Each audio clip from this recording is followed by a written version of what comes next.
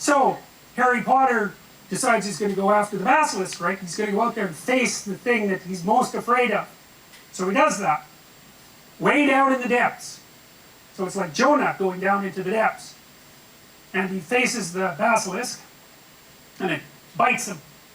And you know, that's right, because if you go down into the depths, you can get bitten. Like, it's no joke. And this is a hero story, but the thing about the hero story is it's actually real. The thing that you're facing is actually dangerous. And even though facing it voluntarily might be your best bet, and is likely your best bet, because that's the central story of humanity, that doesn't mean you're going to succeed. It's the real thing. So anyways, he gets bitten, right? And he's going to die. Now, he's rescuing Ginny. So that's the St. George story. If you go after a dragon, dragons like to capture virgins. God only knows why. I think it's because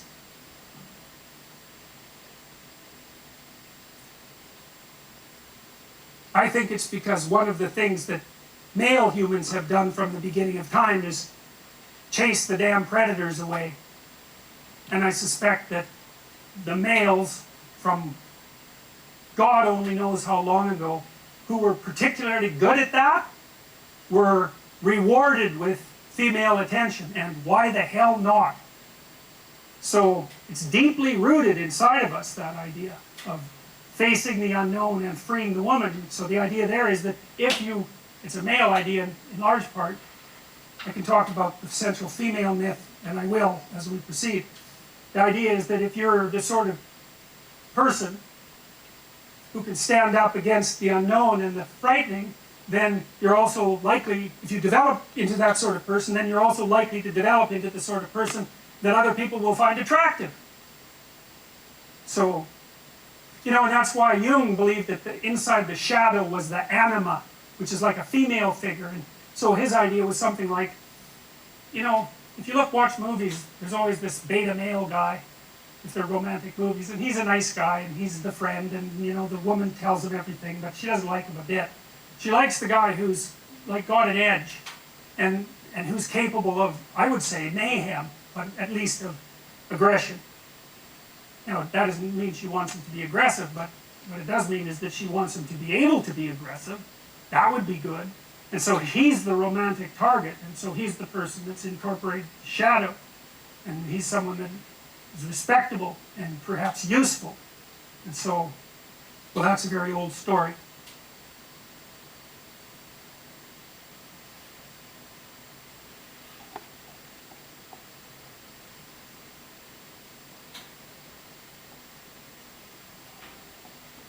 So let's think about this for a minute.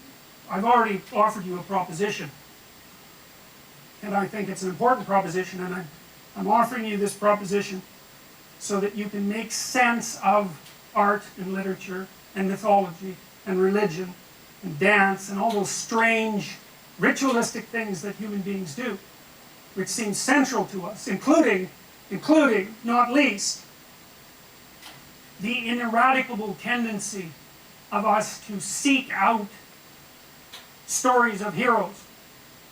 I should finish the Harry Potter story. So Harry Potter goes down there to rescue Virginia. No, it's that's not her name. What is it? Ginny, yeah. But there's a formal name for that. It's a variant of Virginia anyways, which is a variant of virgin, so and he gets bitten. Yes, Ginevra, that's it. He gets bitten, and the bite is poison. And so there he is, dying, which doesn't seem to be so good. And then what happens? And again, you guys swallow this, it's no problem. So, what's his name, the Dumbledore character? He's got a bird, right?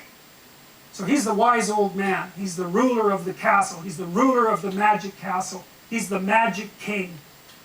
You know, he's like God the Father as far as Harry Potter is concerned. And he has a bird. What kind of bird is it? It's a phoenix, right? And one of the things that's very strange about a phoenix is that, well, it's immortal, but in a strange way. You know, it lives and lives, I think, 100 years, and it gets older and older, and then one day, poof, it bursts into flames and turns into an egg, and then you get a new phoenix. So that's a symbol of transformation. It's a symbol of transformation. The bird is a spirit or psyche. And so here's what it means in part. You know how when you learn a lesson in your life that's not very pleasant? Right? It's not like when you learn something important, it's the best day of your life. It's often, the importance of what you learn is often proportionate to just how wretched it is to learn it. You know, you learn things the hard way. You learn things by getting hit. Because obviously, if what you're doing is working, you get what you want. There's no learning in that, and that's happy. It's when you're doing something and you hit an obstacle, and maybe you bloody well hit it hard, and then, you recoil, and then down into the depths you go, and you have to sort yourself out, and you realize that you're, this particular kind of idiot, and that you should probably fix that, and that's really annoying and difficult, and, and maybe you're down in the dumps and anxious for quite a while, and then you get it repaired more or less, and, you put yourself back together. That's the phoenix. Poof, into flames, bang, egg, new you. And so, that's the ability to learn. Now, human beings are very strange creatures, right? Because we're very malleable compared to most animals, like grizzly bears now and grizzly bears 1,000 years ago. It's like, whatever. They're the same thing. They do the same thing. There's no transformation. But human beings, we have this massive brain.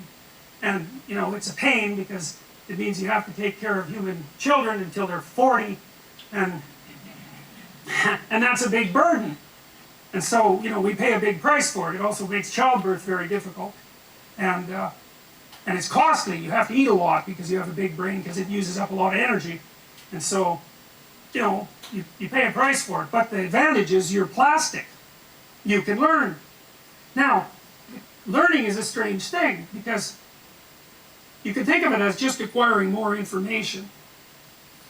But you could also think of it, and this is more accurate, as finding out something that you're doing wrong, so that's sort of built into you, like a character element of your character, a presumption of your perception, or a deep habit. It's really built into you.